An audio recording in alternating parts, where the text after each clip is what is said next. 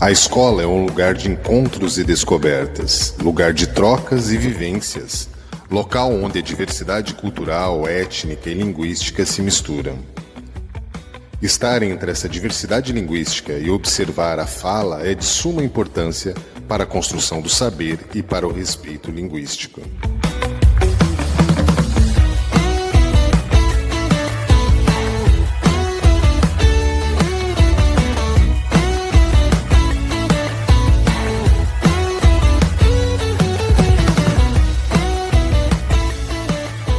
Percebe que tem havido um aumento na matrícula de pessoas vindas de outros estados ou até mesmo de outros países? De outros estados, bastante. Principalmente Rondônia, Bahia, Acre. Essas pessoas que vêm até a secretaria aqui da escola, elas chegam a relatar por que elas buscam essa migração, principalmente norte e nordeste, para cá? Isso, eu sempre pergunto para os pais, o que lhe trouxe até São Francisco? Geralmente eles dizem que trabalho, né, uma melhor visão de trabalho, de moradia, o clima, o tempo, a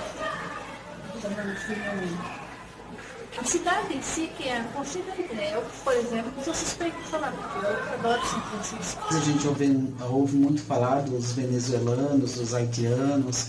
Na escola anterior que eu trabalhava, a gente tinha bastante venezuelano. Eu recebi já 3 alunos de estados diferentes. Uma de Porto Velho, um do Mato Grosso e a outra do Pará. Seria porque aqui é um lugar maravilhoso. Aqui é o melhor lugar para se viver. Eu acredito que devido à oportunidade de emprego, né? A região sul acho que tem mais oportunidades de emprego e acaba, né, as pessoas vindo por conta do emprego mesmo.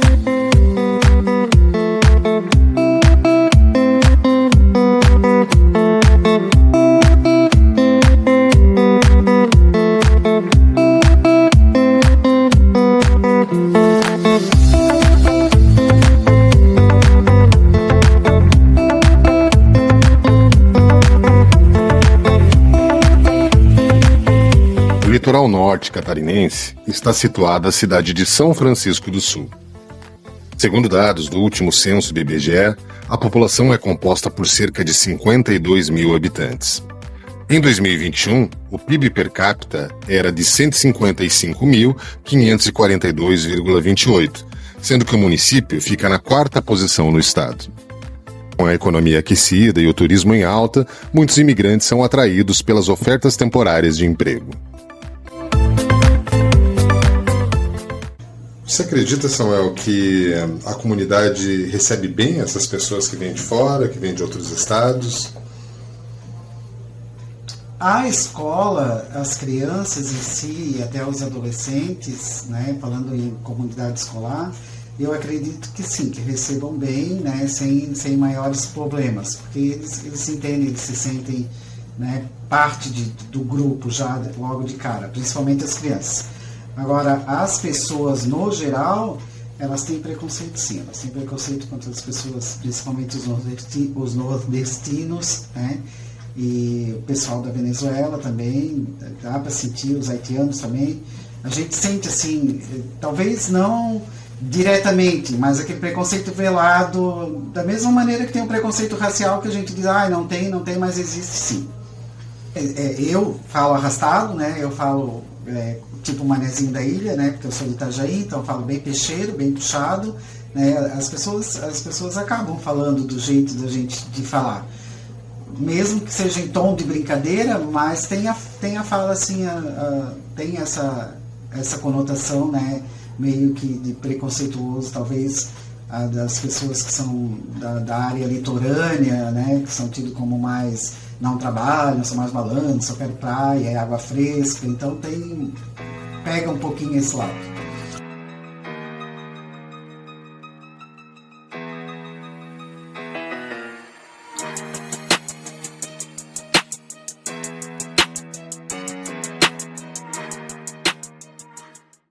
O preconceito linguístico continua presente em nossa sociedade.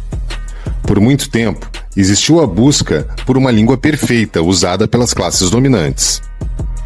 A repulsa, o desrespeito, o juízo de valor negativo estão associados às variedades linguísticas ditas de menor prestígio social.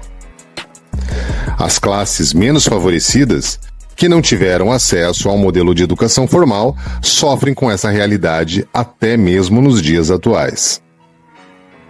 Fato é que a sociedade brasileira ainda precisa aceitar as transformações sociais e linguísticas que o país vem sofrendo no decorrer dos anos. E aceitar a heterogeneidade da língua pode ser um grande passo para a construção de uma sociedade melhor.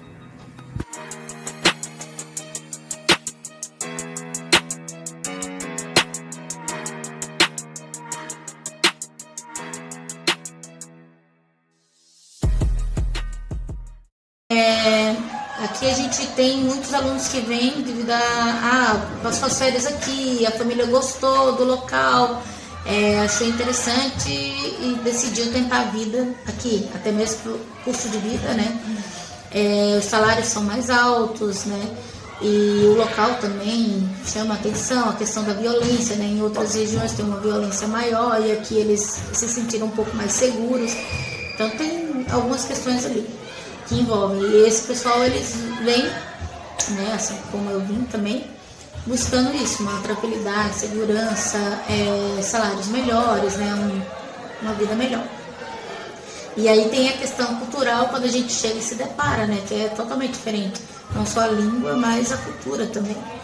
E a fala, ela causa alguns transtornos ali, quando a gente vai fazer uma compra, quando a gente está na rua. E até você dizer assim, não, água, exemplo, eu quero uma água gelada. E aí a pessoa, água com gelo não, eu quero uma água gelada. Então, até a forma, às vezes, de falar é diferente. Então, tem esses transtornos ali, normal, faz parte, né? Culturas diferentes, formas de falar diferentes, e dentro do mesmo país.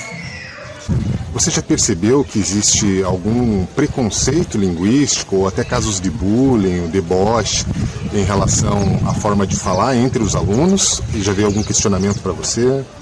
Sim, já percebi. A gente se depara, principalmente aqui em São Francisco, né, que tem uma população que vem de outras regiões e que com frequência trazem sotaques regionais, né?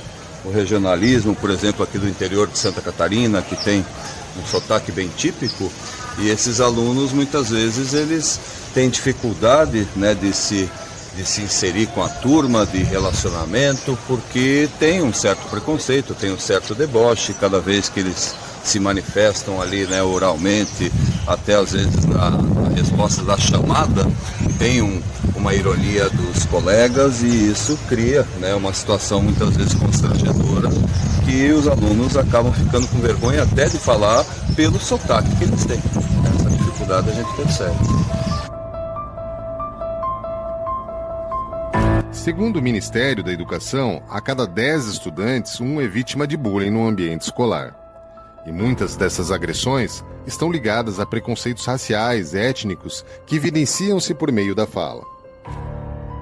A Lei Federal 14.811, de 2024, que começa a incluir os crimes de bullying e cyberbullying no Código Penal, visa combater e punir esses crimes.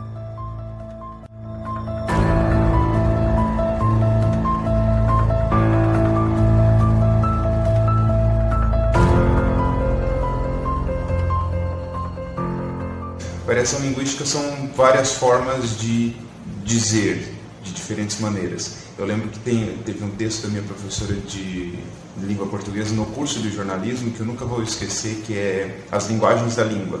Foi a primeira vez que eu ouvi falar de variação linguística, porque na minha época de escola não tinha essa concepção de que existia diferentes maneiras de dizer e que a gente deveria respeitar essas diferentes maneiras de dizer. Então, para mim, é uma concepção nova, que foi... Novos conhecimentos foram agregados com o curso de letras, né, mas eu não ouvia falar disso antigamente. No curso de graduação em letras eu tive contato com a sociolinguística, eu acho fundamental porque tem muitos alunos que entram no curso de letras com essa ideia de que o único português válido é o padrão. Só que eu acho que é preciso mais, é preciso esse reconhecimento dos regionalismos, de como que a gente tem uma noção da sociolinguística, mas talvez seja preciso trabalhar com mais afinco a sociolinguística aplicada em sala de aula, porque a dinâmica de uma sala de aula é muito particular se a gente for comparar com a dinâmica da sociedade, como a sociedade encara esse assunto. Então, a avaliação linguística nos livros didáticos, ela aparece ali de forma bem tímida, né? Eles trazem uma definição simples, é um conceito simples, mas ele não é muito explorado. Então, o livro didático ele poderia explorar isso através da literatura, trazendo autores com palavras, sotaques diferentes. Então, poderia ser abordado de uma forma mais prática, né? Poderia também indicar alguns aplicativos, sites, fazer essa aproximação do aluno com a tecnologia para essa compreensão da variação linguística, né? Então, nas aulas, né, é importante o professor trazer essa aproximação com o universo do aluno, a questão da variação linguística, que infelizmente, né, os livros trabalham de uma forma bem tímida. Né, por na escola estar localizada numa cidade industrial com potencial de desenvolvimento, nós recebemos alunos de outros países. Então, dentro da sala de aula, nós percebemos essa questão do preconceito linguístico com as diferentes formas de se falar, né? O bullying acontece muito. E até entre alunos que vêm de outros estados, né? Como alunos que vêm do Paraná, um sotaque mais carregado, mais encorpado.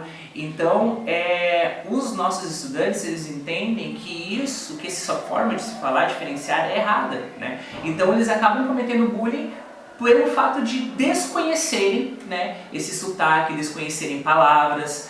Então, dentro da sala de aula, nós abordamos essas questões, principalmente fazendo com que ele entenda de que o bullying, né, é algo que não é legal, né, que o bullying ele tem consequências. Então, trazer o aluno com essa realidade ela é importante, né, e eu procuro sempre trabalhar trazendo a questão da literatura, trazendo autores que falam de forma diferenciada, autores que trazem palavras novas e incorporando, né, essa linguagem nova, esse conteúdo novo dentro do que o aluno já traz, dentro da vivência desse aluno. Então ele vai acabando, né, por se familiarizar com essas diferentes formas e vendo que isso é natural, né? Tem bastante mudanças, inclusive quando eu vim para cá eu apanhei um pouquinho para saber o significado de algumas palavras, foi bem complicado. Esse ano eu peguei 2 alunos discutindo assim, de uma maneira positiva, que não era bolacha e era biscoito. E até você explicar, daí veio a questão de trabalhar. Aí eu perguntei, mas por que bolacha? Por que biscoito? E eles discutindo, daí foi quando a gente começou a trabalhar com a variação linguística e eles puderam entender que a gente precisa respeitar as diferenças linguísticas de cada região. Foi bem bacana. Quando eu me mudei, para eu saber chegar na escola onde eu iria lecionar, o rapaz falou, pega a rua de calçamento, daí vira à esquerda que vai ter uma rua de estrada de chão. Falei, meu Deus do céu, o que será que significa isso? Aí parei o carro, liguei para minha prima, porque ela era de São Bento do Sul, eu morava lá na época, e perguntei o que significava, e ela começou a rir da minha pessoa. Porque ela falou, como assim uma professora de língua portuguesa não sabe o que significa? Eu falei, não, mas em São Paulo a gente não tem essa expressão, por isso que eu estou te perguntando. Então eu fui uma das pessoas que sofri bastante bullying aqui. Variação linguística a definição para mim é tipo idiomas, o jeito de falar. Tipo, nós jovens somos considerados a geração da gíria. Igual eu falo muita gíria, meus amigos falam muita gíria. Já os mais adultos, mais idosos, assim, são acostumados para uma fala mais informal, uma fala mais compactada. Daí tem as outras linguagens, outras línguas, assim. Que gíria, por exemplo, que você vê assim no teu dia a dia aí com os colegas? Na minha tem bastante mano. Tem algumas palavras que, tipo assim, viado, uma coisa assim. A maioria dessas coisas, assim. E o que você acha desse convívio com alunos que vêm de outros lugares? Eu um desafio e uma nova experiência, né? Uma coisa boa para cada um passar, alguma coisa assim. Para mim, eu não tenho preconceito nenhum com quem é tipo nordestino, o sotaque deles. Tipo, eu já vi bastante gente zombando do jeito deles falar, do jeito que, tipo, pra todo mundo é engraçado o jeito que eles falam. Tipo, o sotaque deles puxando o R, o oxe que eles falam. Eu nasci em União da Vitória, Paraná, mas me criei em Joinville, então tenho muita amizade em Joinville. Variação linguística é o que ocorre no meio da nossa sociedade, onde a gente convive, onde tem pessoas estrangeiras, nosso português fora do país. Na real que no Brasil ela tem várias línguas por pessoas estrangeiras e tem uma língua no Brasil, um palavrear no Brasil, que são as gírias, como se fosse um nosso idioma criado aqui mesmo. Em geral, a população toda fala gírias, porque o português é difícil alguém seguir, mas existe pode pá, tá ligado? Entre outras. E para você, o que é variação linguística? Pra mim, tipo, sendo bem sincero, envolve quase toda a nossa língua, não só a nossa, mas de outras também. Tipo, como já diz o nome, variação, tipo, são várias línguas variáveis, mas pra mim, inclusive, tem exceção da língua brasileira, pelo fato de, tipo, em questão dos outros, como também foi falado antes ali, tipo, de ter mais, não pode dizer, pontos, assim, para ser destacados, no caso, para ser estudados. Não existe, não só por questão de quem vem de fora, mas também por nós mesmos de dentro que acaba criando outras, como em questão das gírias, que foi citado também. Tipo, meio que é uma língua que nós mesmos criamos para nós aqui no Brasil e tal. Você participa de algum grupo, assim, que tem uma gíria específica? Com certeza, né? Tem que... Qual grupo, assim, quem que são os seus parceiros, assim, seus colegas, que vocês falam de uma maneira que vocês se identificam por essa fala? Tá sempre do meu lado, tipo, os aliados ali no caso. Tá perto de mim. E que gíria que vocês usam, assim, por exemplo? De tudo, tá ligado? E assim por diante, não quero falar mais porque senão explanar os bagulho. Soy venezolano y actualmente estoy aquí en Santa Catarina. Desde que crucé de allá, de la frontera de Venezuela, ya ahí sentí la diferencia del habla y la diferencia de cada persona de falar. Cuando llegué no entendía mucho lo que falaban, pero ahora ahí más o menos. En Venezuela no, pero aquí agora não. Receberam bem? Não. Não? Tem um preconceito pela forma que se fala? Mais ou menos, porque não entendo muito, pero hay personas que falam diferente, por lo que entendí. Mais ou menos, veo videos de YouTube para ir aprendiendo más o menos y para no llegar tan perdido en la jaula. Pero entendo más o menos. Você percebeu aqui que seus colegas brasileiros, um tem um sotaque, o jeito de falar de uma forma e outro de uma forma diferente? Por ahora sí, porque no falo con mucho, pero con lo que he falado, ellos falan algunos diferentes dependiendo de la región. Pues tengo familia en Paraná, que son venezolanos también, están para allá. Y por allá ellos me falan que es muy diferente lo que vos se falan, que es diferente de allá y aquí. Para mí, yo diría que sí, quiero aprenderlo más para tener un desenvolvimiento más si llego en la universidad, en las empresas, para así no crear indiferencia en el habla. Más que todo porque la situación allá en Venezuela no está muy bien. La economía está baja. No da para, vos tenés que tener 2 trabajos para poder sustentar la casa. Por ejemplo, yo en mi familia allá en Venezuela tiene una casa de 2 plantas. Tenemos que dejar todo para venir para acá como una nueva vida, como decimos. Sin costo, estoy principalmente en estudiar el portugués para ver si mi vida paso aquí o depende cómo me vaya.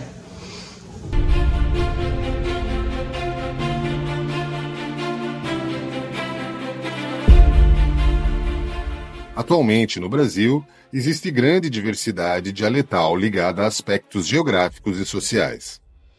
Em um país com extensão territorial tão grande, povoado por tantas etnias, seria um equívoco achar que apenas um modo de falar é válido e taxar todos os outros como errados.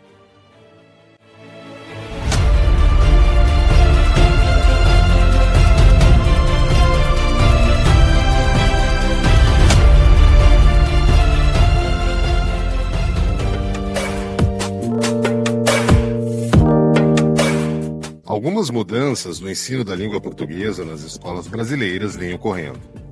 A publicação de documentos oficiais, como os PCNs e a BNCC, acabaram introduzindo alguns conceitos na prática docente que ainda eram pouco usuais.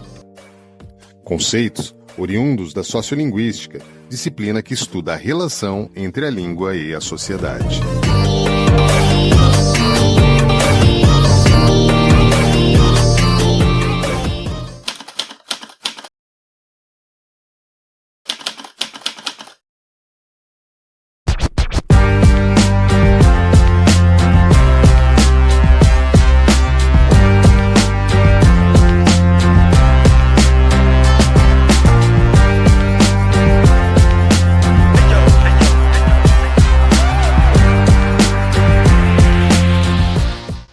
Se tratando dessa relação cada vez mais proveitosa entre a sociolinguística e o ensino da língua, o professor e escritor Carlos Alberto Faraco é reconhecido como um dos maiores especialistas da atualidade.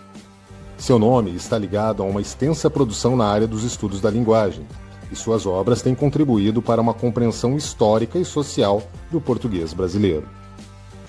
A gente tem que situar a variação linguística na questão da diversidade, certo? Uma diversidade não apenas linguística, mas a diversidade em geral.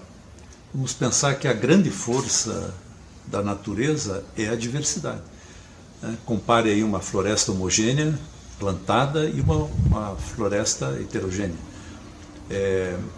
Por outro lado, a cultura, a grande força da cultura, das manifestações culturais, é a diversidade. Vamos pensar aí na diversidade cultural brasileira, só como um exemplo das diversidades. E a diversidade linguística é uma realidade fantástica. Se você pensar que a humanidade tem hoje aproximadamente 6.000 a 7.000 línguas. É uma diversidade incrível, E cada língua que você consiga identificar, ela mesma vai ser um composto de variedades, inúmeras variedades. Então, peguemos o português. Tem inúmeras variedades lá em Portugal, inúmeras aqui no Brasil, inúmeras em Angola, inúmeras em Moçambique. Portanto, é uma língua também marcada pela heterogeneidade. E esta variação é a força das línguas, certo? A variação é que vai dando a possibilidade de representar a diversidade cultural, a diversidade de visões de mundo. Dentro da escola, a dança, a arte, essas manifestações, a música, essas manifestações, elas são bem aceitas em relação a essas variações. Por que ainda na língua, por que ainda na fala existe esse certo preconceito ainda? A língua é uma marca identitária muito forte. As pessoas se identificam pelo modo de falar. Então pense, quando você vai para um outro país, um brasileiro no outro país, ele ouve falar português brasileiro e já se anima, Olha, a identidade, estou me percebendo como brasileiro por meio da língua que eu falo. O problema é que a língua, ela está diversificada, isso é o normal das línguas, mas a língua portuguesa no Brasil tem uma característica que é uma divisão, uma partição muito grande entre variedades prestigiadas e variedades estigmatizadas. Muito forte essa divisão. E essa divisão é um resultado da nossa história. Então, quando as pessoas percebem uma fala, alguém falando um português estigmatizado, elas reagem, porque elas não querem se identificar com esse português pelo seu desprestígio. Agora, se você for observar, qualquer uma das variedades prestigiadas ou estigmatizadas, elas são organizadas, elas têm gramática, elas funcionam perfeitamente. Elas são diferentes, né? As gramáticas são diferentes, mas elas funcionam perfeitamente na interação, elas garantem a interação, não há nenhum problema. A questão mesmo é um juízo de valor que recai positivo sobre as variedades prestigiadas e negativo sobre as estigmatizadas. E por que essas variedades são estigmatizadas?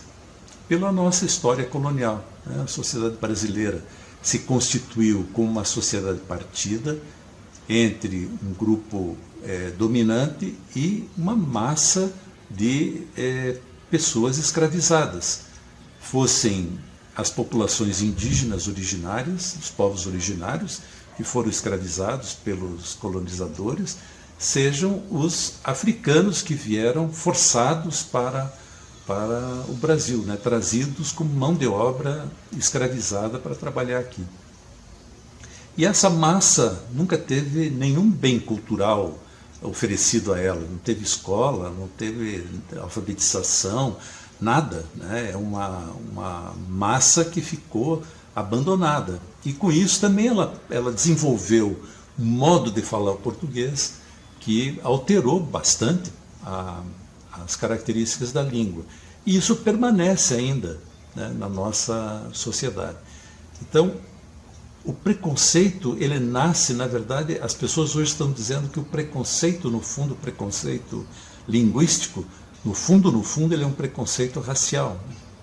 Porque você está diante de variedades estigmatizadas que foram originariamente dos grupos escravizados, marginalizados, e permaneceram no português rural, e com a vinda dessa população para o contexto urbano, né, no processo do êxodo rural, anos 70, 80 do século passado, então houve esse choque linguístico entre as variedades urbanas e essas variedades trazidas do campo. E as pessoas, percebendo as diferenças, começaram a reagir a essas variedades. Então, o preconceito, ele tem uma profunda raiz histórica na nossa sociedade dividida. E é preciso compreender para lutar contra, né? Compreender para superar essas manifestações preconceituosas. Elas não fazem sentido, né?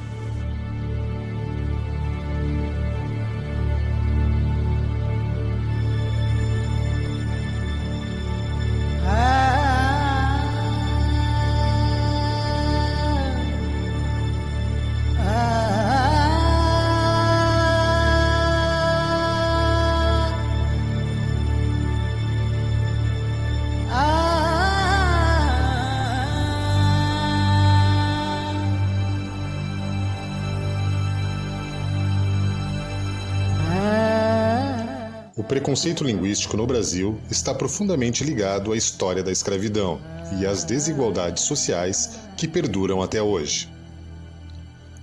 Os escravizados, que vinham de diversas regiões da África e falavam diferentes línguas, muitas vezes tinham que aprender o português para se comunicar.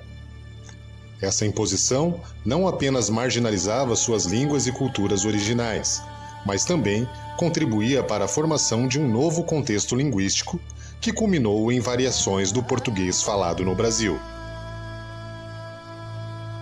Assim, o processo de colonização e escravização teve um impacto significativo na língua, na cultura e nas identidades do Brasil, criando um cenário de preconceito linguístico que infelizmente ainda persiste.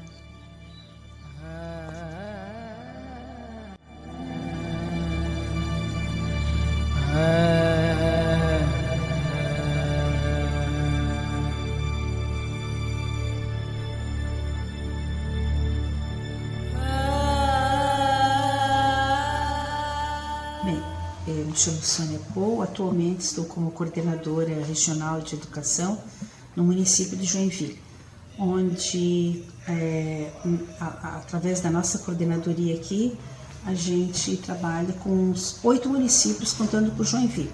São Francisco do Sul, Araquari, Balneário da Barra do Sul, Garuva, Itapoá, Barra Velha e São João do Taperu e Joinville. 8 municípios. Nesses quais, esses 8 municípios, temos ao todo 58 unidades escolares, 7 escolas indígenas, 4 unidades descentralizadas, que são as quilombolas, e temos as UDEs, né, que são as carcerárias, né, onde a gente trabalha também. Ao todo temos na faixa de 47.300 alunos, né, desde as séries iniciais ao ensino médio. Até porque hoje eu diria que quase 90% dos nossos alunos hoje, eles não são da nossa região, eles são ou de outro estado ou de outro país. Então isso já virou uma escola multicultural, né, de várias... Então acho que isso também tem auxiliado e tem facilitado para que esse tipo de preconceito não ocorra. E já faz algum tempo que o Estado tem o programa PARE, né, que é um programa de apoio aos imigrantes, né, os imigrantes, e até o ano passado também era dos refugiados, do qual esse professor de língua portuguesa, ele faz essa formação, inclusive ela está no site do próprio governo, que ela pode ser vista também, né, em qualquer momento, porque ele é uma formação gravada, justamente para que esse professor ele saiba como trabalhar com essa clientela, com esse perfil de aluno, né, que de repente vem para o nosso país ou vem para o estado de Santa Catarina, né, para que ele seja primeiro acolhido. Acho que esse acolhimento é muito importante do professor, né? Nós temos 7 escolas indígenas localizadas em 7 comunidades. Aqui na nossa região nós temos 12 comunidades indígenas, mas 7 têm escolas. E a matriz curricular dessas escolas, elas trazem a língua materna, né, que é a língua guarani, na matriz curricular. Então existe a possibilidade, né, do estudante ele continuar, quer dizer, ele aprender a língua materna, a escrita e a leitura da língua materna na escola. Uma carga horária inferior à língua portuguesa, mas existe ali a carga horária garantida. E o povo guarani, ele é muito oral, né? Ele era um povo ágrafo, hoje ele já escreve, ele já lê, mas é aquilo que a gente conversava em relação à identidade da língua e da cultura. Ele se vê, e a gente percebe no movimento das crianças na própria sala de aula, quando tu percebe que a professora explica na língua portuguesa, a criança faz a atividade, só que quando ela vai compartilhar a atividade com a criança do lado, toda a fala é feita na língua guarani. Então é algo assim, eu sou admiradora da cultura guarani, então para mim é algo fantástico. A forma como as crianças de 7, 8 anos, eles separam isso, eles sabem que vindo da professora é a língua portuguesa e eles fazem os comandos da língua portuguesa. Só que a troca de ideia, de dúvidas, é na língua guarani, para resolver uma questão da língua portuguesa. E eles resolvem, eles fazem a questão daí escrevendo em língua portuguesa. Eu não sei como eles dão conta disso. Mas isso eu presenciei isso muitas vezes, é extraordinário. Assim. Esse é um imaginário que se criou aqui no Brasil, de que só se fala uma língua de ponta a ponta. Primeiro que não é verdade, né? Nós temos ainda 200 línguas indígenas sendo faladas no Brasil. Elas já foram muito mais, né? Quando os colonizadores chegaram, imagina-se que chegavam as línguas, havia mais de 1.100 línguas nesse território que é hoje o Brasil. Claro que o processo colonial dizimou essas populações, mas ainda, veja, temos 200 línguas, 200 línguas de povos originários, o que é uma diversidade extraordinária no mundo, né? São poucos outros espaços que têm uma diversidade tão grande. Nós temos línguas trazidas por imigrantes das mais diversas origens, os imigrantes que vieram no século XIX e os imigrantes que vieram e continuam vindo no século XX e XXI. Então nós temos uma representação de línguas europeias, asiáticas, africanas, nesse território nosso, oriundos da imigração. E por fim, você tem que pensar que nós temos uma língua da comunidade surda, né, que é Libras. Nós temos várias línguas nas fronteiras, né, com os países de fala hispânica, ou com a Guiana, ou com a República da Guiana, mas também com a Guiana Francesa. Então, é uma diversidade incrível. Claro que há uma língua hegemônica, né, e tem uma história que um historiador dizia que era uma história de sangue, mas ela se transformou na língua hegemônica do país. Mas o fato dela ser hegemônica não pode justificar o apagamento da diversidade linguística que caracteriza o Brasil. Você acha que o bullying e o preconceito linguístico na escola tem heranças na nossa norma padrão ter sido, digamos assim, artificializada por ser baseada nesse português europeu? Com certeza. Eu tenho dito já mais radicalmente agora que o projeto da norma padrão que se construiu no Brasil no século XIX, ele é um projeto fracassado. Ninguém sabe, né? Existem mecanismos de controle desse conhecimento, o que prejudica muitas pessoas não sabem e, portanto, ao fazer um teste de escolaridade, por exemplo, não conseguem alcançar pontos em função desse desconhecimento. Então, ele é um projeto fracassado. Nós não fizemos as pazes ainda com o português brasileiro, é preciso fazer as pazes e retrabalhar a questão da norma, percebendo que a norma brasileira ela é diferente da norma europeia. Então, os processos normativos são de dois tipos. Eles são internos ou externos. Você adota uma norma externa ou você desenvolve uma norma interna. Infelizmente, no Brasil, pela história social, pela nossa história social, as pessoas, a intelectualidade do século XIX, quis desenvolver uma norma externa, foi copiar a norma lusitana e criou um artificialismo, né? Se você pensar que a norma também depende de um sistema escolar amplo, democrático, coisa que no Brasil do século XIX e começo do século XX não era, né? Nós tínhamos uma população de quase 80% de analfabetos. Então, essas coisas caminham juntas. Nós temos, então, um projeto, uma norma que não funciona, mas nós temos uma realidade brasileira que pode perfeitamente funcionar como norma, sem nenhum problema. Tá? Temos um colega que diz: nós temos que aproximar a norma predicada da norma praticada. Certo? Então, desenvolver uma norma que acolha.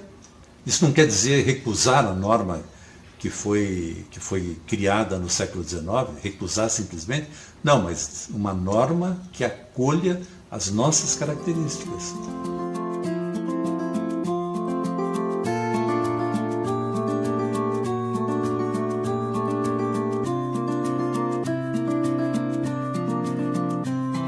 Ser professor é viver intensamente o seu tempo, com consciência e sensibilidade. É observar a fala e a escrita de cada aluno, respeitando sua história e observando as mudanças inerentes a qualquer sistema linguístico. É fundamental refletir sobre a variação linguística e sobre o valor social atribuído aos usos da língua. Não se pode imaginar um futuro sem professores, mas também não é possível imaginar professores que desconsiderem as mudanças no cenário social. Tendo em vista essa nova realidade, torna-se necessário um maior investimento na profissionalização dos docentes, melhorando os salários e as condições de trabalho, e, principalmente, o reconhecimento da heterogeneidade linguística no ambiente escolar.